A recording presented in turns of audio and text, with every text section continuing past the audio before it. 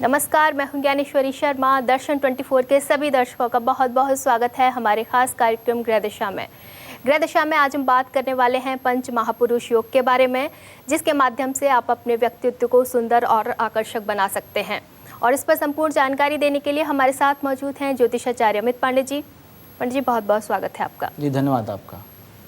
तो चलिए शुरू करते हैं हमारा खास कार्यक्रम गृह दिशा।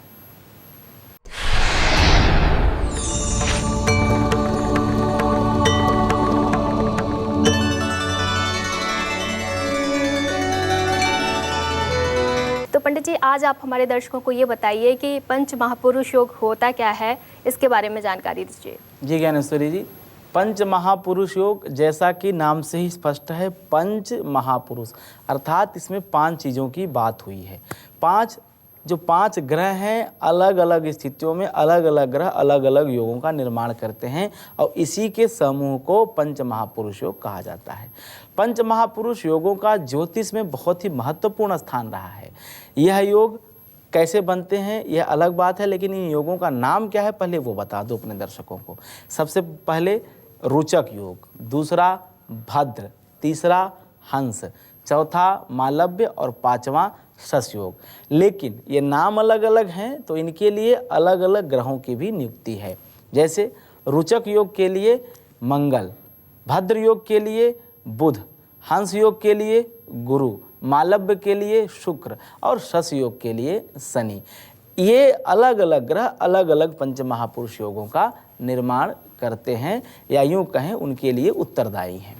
यदि इन योगों का सृजन किसी भी जातक की जन्म पत्रिका में होता है तो ऐसे जातक बहुत सुखी होते हैं, समृद्धशाली होते हैं। जैसा कि हमारे शास्त्र भी कहते हैं, रुचक भद्रक हंसक मालवा ससका इति पंचचा कीर्तिता स्वभवनोच्च गतेषु चतुष्टये क्षितिसुतादिषु तान क्रमशो वदेतः।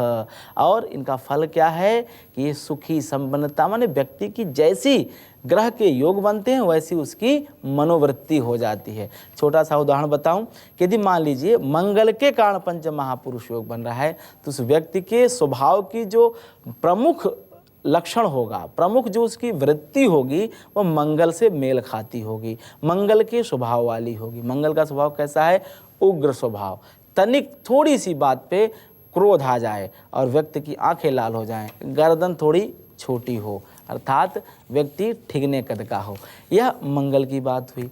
तो सबसे पहले बात कर लेते हैं मंगल के द्वारा बनाए गए रुचक योग की। कुंडली में यदि मंगल स्वयं के स्वामित्व की राशि में, स्वयं की स्वामित्व की राशियाँ कौन सी है मंगल की?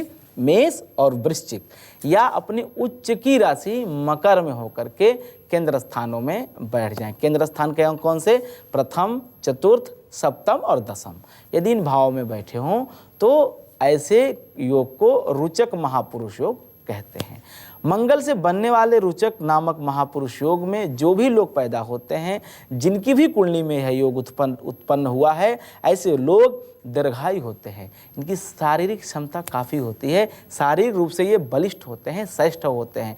इनके चेहरे पे कांति रहती है, कांति युक्त होते हैं, लावण्य युक्त होते हैं। इनके चेहरे से तेज चमकता है, बलयुक्त होते हैं और मंगल की तरह साहसी होते हैं, मनोहारी होते हैं और इनके केस काले होते हैं और इनके बाल जल्दी झड़ते भी नहीं। 3 रेखाओं वाला इनका गला होता है, शंख के समान कंठ, पतली जंघा, घुटना और पिंडलियों वाले इनकी जो घुटने होते हैं, पिंडलियाँ होती हैं, काफ़ी बिल्कुल मतलब यूँ कहें तो सुंदर रूप से दिखाई देती हैं। मतलब इनकी जो रचना होती है कतई टेढ़ी मेढ़ी नहीं होती है। पैर काफ़ी मजबूत होते हैं, सीधी अंगुलियाँ होती हैं, नील श्याम वर्ण और इनका जो चेहरा होता है वो कहीं न कहीं बड़ा होता है, दीर्घ होता है। उत्तम कीर्तिमान ये जीवन में स्थापित करते हैं। बड़े सूरवीर होते हैं, मंगल तरह साहसी होते हैं ना, तो अपने बल से हर चीज़ प्राप्त करने की इच्छा रखते हैं। तेजस्वी होते हैं, श्री संपन्न होते हैं मतलब धनवान होते हैं और चतुरंगणी सेना से युक्त होते हैं। आज तो सेनाएं होती नहीं है, लेकिन यदि यह योग किसी कुंडली में है तो निश्चित रूप से किसी सेना में नौकरी करने वाला होता है, अर्थात आर्मी का जवान हो सकता है, आर्मी में ऑफिसर हो सकता है। सुखी होता है, समृद्ध धैर्यशाली, शास्त्र को जानने वाला होता है, शास्त्र निष्णात होता है, मंत्रवेत्ता होता है, मानव और देवभक्त होता है, ब्राह्मण विद्वानों का सम्मान करता है अर्थात ज्ञान का पुजारी होता है और अपने पूर्वजों की परंपराओं को आगे ले जाने वाला होता है। कहीं कहीं यदि मंगल यह उच्च का होए, मकर का होए और दशम भाव में या लग्न में होए तो यह व्यक्ति जो है राजा भी बन जाता है। मतलब किसी तालुका का, किसी जो है जिले का, किसी क्षेत्र का यह प्रतिनिधित्व करता है अर्थात विधायक, सांसद यह व्यक्ति बन जाता है। ढाल, पास, बैल, धनुष, चक्र, वज्र, मीड़ा इत्यादि में से कोई भी एक चिन्ह इनके तलवे में या इनके हाथों में दिखाई देते हैं। इनकी ऊंचाई अपनी नाप से वैसे तो 100 अंगुल होती है, लेकिन जो मेरा अपना खुद का अनुभव है कि ऐसे लोग बहुत लंबे नहीं होते हैं। मैक्सिमम यदि इनकी ऊंचाई होती है तो 5 फुट 6 इंच 7 इंच मतलब सामान्य कद के लोग होते हैं। प्रायः ऐसे लोगों की लंबाई काफ़ी अच्छी नहीं होती है। शरीर का भार इनका ज़्यादा होता है, मुखड़ा लंबा होता है और यह मंत्र का प्रयोग करना जानते हैं। मतलब ये कहीं न कहीं भारत के प्राच्य विद्याओं के भी शौकीन होते हैं, उसके बारे में रुचि रखते हैं, पढ़ना चाहते हैं और उसके प्रयोग अपने जीवन में करना चाहते हैं। यदि आपकी कुंडली में यह योग बन रहा है तो निश्चित रूप से आपके अंदर यह गुण, आपके जीवन में ये सारी घटनाएं जो मैंने बताई हैं जरूर होंगी। यदि नहीं हो रही होंगी तो जब उस मंगल ग्रह की दशा आएगी तब जरूर होंगी, इसे आप सत्य समझिए। अब बात करते हैं दूसरे योग की, भद्र योग की। भद्र योग बुध के द्वारा बनाया जाता है। बुध अपनी उच्च राशि अर्थात कन्या राशि में या अपनी स्वराशि मिथुन राशि में होकर के 1, 4, 7, 10 स्थानों में बैठे तो इसे भद्र महापुरुष योग कहते हैं। जब कुंडली में योग निर्मित हो जाता है तो ऐसे व्यक्ति बुद्धिमान होते हैं, तर्कशील होते हैं, दूरदृष्टा होते हैं, भाषण कला में निपुण होते हैं, इंटेलिजेंसी से अपने किसी भी तरह का काम कर सकते हैं या यूँ कहें ये बुद्धिमत्ता या ज्ञान के ही काम में अपनी जीविका बनाते हैं। जैसे वाक्पटुता अर्थात ये वकील होते हैं, लेखन, तुरंत निर्णय लेने वाले काम में, हास्य विनोद करना या किसी भी प्रकार का क्रिएटिव वर्क, रचनात्मक कार्य करते हैं। भद्र योग वाला व्यक्ति बहुत व्यवहार कुशल होता है अर्थात ऐसा व्यक्ति सबको अपना बना लेता है, किसी से कभी कटु वचन नहीं कहता और किसी को भी अपनी तरफ आकर्षित करने में इन्हें क्षण मात्र लगता है।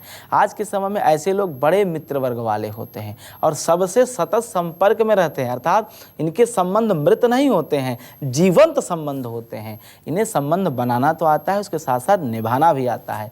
इन्हें आधुनिक युग में कहा जाए तो दूर संचार संसाधनों, कम्युनिकेशन क्षेत्र का बहुत इन्हें शौक होता है और कहीं कहीं देखा है हमने कि ऐसे योग में उत्पन्न व्यक्ति इन्हीं फील्ड से अपनी जीविका भी चलाते हैं। जैसे कि यदि बिल गेट्स का हॉरोस्कोप देखा जाए, जिनकी कुंडली में योग है, इन्होंने IT के क्षेत्र का दिग्गज ये बन गए सिर्फ इस योग के कारण। इसके अलावा लाल बहादुर शास्त्री, डॉक्टर राजेंद्र प्रसाद जो कि हमारे हिंदुस्तान के एक योग्य, ईमानदार और प्रबुद्ध व्यक्ति हुए, जो कि पूर्व में प्रथम राष्ट्रपति और एक प्रधानमंत्री बने, इसी योग में इन महापुरुषों का जन्म हुआ था। मतलब बुध सात्विक बुद्धि के साथ साथ व्यक्ति को धन भी देता है, लेकिन कैसा धन? सच्चरित्रता का धन, ईमानदारी का धन, अपने मेहनत का धन। अब बात करते हैं तीसरे योग की, हंसक योग। बृहस्पति से बनता है योग।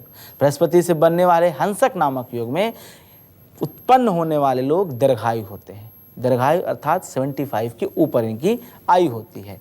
शास्त्र ज्ञान परायण होते हैं, शास्त्र का ज्ञान होता है, अति गुणी होते हैं, अत्यंत निपुण होते हैं। इनका आचार विचार बहुत अच्छा होता है, चरित्रवान होते हैं।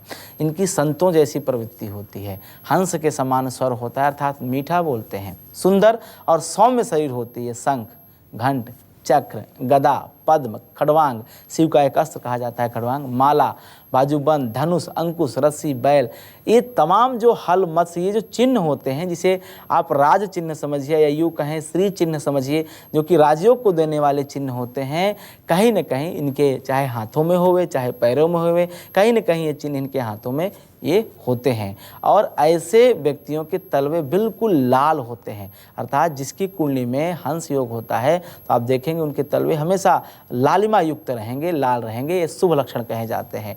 होष्ठ, तालु, जिह्वा और नासिका इनकी जो है ऊंची होती है, लंबा कान होता है और इनकी आंखें बहुत सुंदर होती हैं, गाल भरे भरे, क्योंकि बृहस्पति के हैं, मोटे हैं, थोड़े से स्थूल शरीर के स्वामी हैं, बड़ा ललाट होता है, बृहस्पति जैसे ललाट मतलब मस्तक भी इनका बड़ा दिखाई देगा, सुंदर गोलाकार सिर होगा, रक्तिम मुखड़ा, लालमा युक्त गौरांग, और कहीं न कहीं ये थोड़ा सा इनका वज़न ज़्यादा होगा, कहीं न कहीं ये देखने में ओवरवेट होंगे, और इनकी लंबाई काफ़ी अच्छी होगी। ये इंद्रियों का कभी गलत प्रयोग नहीं करेंगे, अर्थात अपनी इंद्रियों को अपने वश में रखने वाले होते हैं, अच्छा भोजन खाने वाले होते हैं, इन्हें जल से प्रीत होती है, और ऐसे लोगों की स्त्रियां या यूँ कहें ऐसे लोगों का जीवन साथी बहुत अच्छा मिलता है, इनके प्रति अपनी अनुरक्ति रखने वाला होता है, और ये सब प्रकार से जीवन में सुख को प्राप्त करते हैं, शांति प्रिय होते हैं, समृद्धशाली होते हैं, और ये हर जगह काफ़ी प्रशंसा भी प्राप्त करते हैं।